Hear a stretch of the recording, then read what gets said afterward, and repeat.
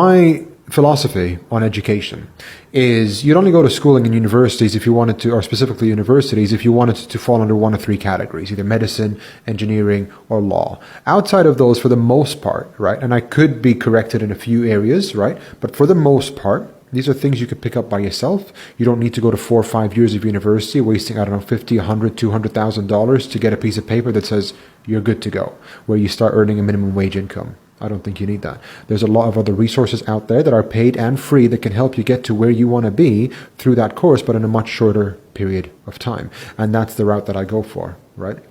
So then, what is it that we should focus on when we're doing our home education? And these are the three main areas that we tend to do so, right? One is obviously the sciences within limitation and obviously within relativity to his age, to what we believe to be true and what we believe he should understand and learn, right? And then you have arithmetic, so math, right?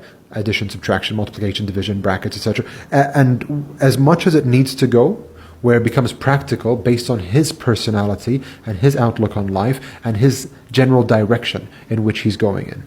Right? I don't need to teach him concepts that he will never apply in his life. And so there for weeks and months, putting him to test, trying to make him understand that this is, you need to understand this, but then he's never ever going to apply it. Right? Now one would argue, well, you don't know what you're not going to apply. What if you need it in the future? Well, if you need it in the future, then you can learn it. Just as you're learning it now, you can learn it in the future. And perhaps then it would be easier for somebody to understand because they are more mentally capable of understanding such concepts than at a younger age. And then third would be the languages. Right? Finally, and most importantly, is religion. Now, religion, again, divides into two aspects, right? So you have actually understanding the fundamentals, the teachings, the guidelines, the principles of the religion through Quran and Sunnah, right? That's there. And then you have the philosophy of the religion, which is the psychology, the understanding as to why these things are in place, the understanding as to how to implement these things in your lives at different times, at different stages, the logic behind it, the emotion behind it, why it was revealed, and how it can affect positively or negatively. All of that is there. Now, this sounds like a mouthful, right? And it sounds like, well, where do you do this? How do you even start, etc., etc. Now, a lot of these things, they come through our natural daily lives. So, for example, math doesn't have to be taught with pen and paper.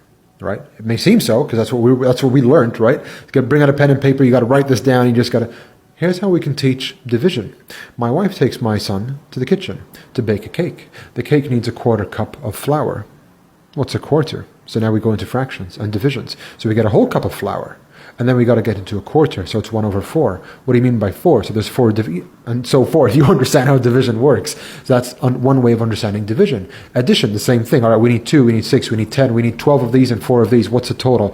Or if we take them to the store with us to buy our groceries, we've got to add up what's the total bill, how much are we paying, how much of this costs, how much of this costs, etc. Or if we removed something from the basket or we removed something from the bill, we go into subtractions. And the same with multiplications. We can do that across the board. So we're not necessarily going out of our way to help bring these philosophies and these concepts to light.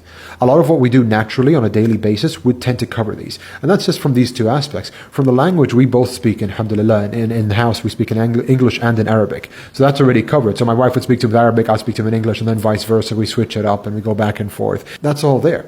Now, we take each of those and we couple them with a more direct approach as well.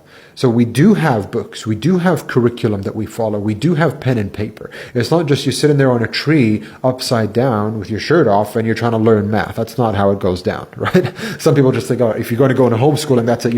You've gone full fruitcake and you're just hanging on trees and you're trying to count blades of grass and that's how you're going to do math. And that's not the case at all.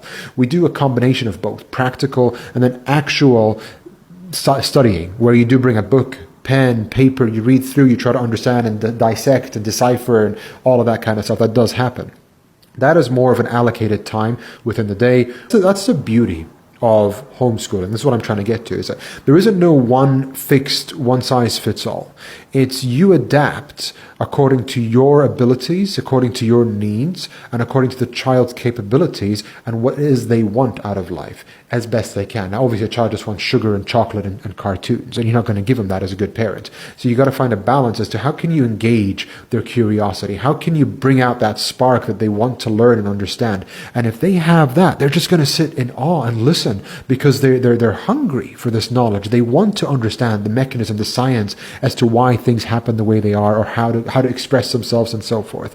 And that's contrary to school.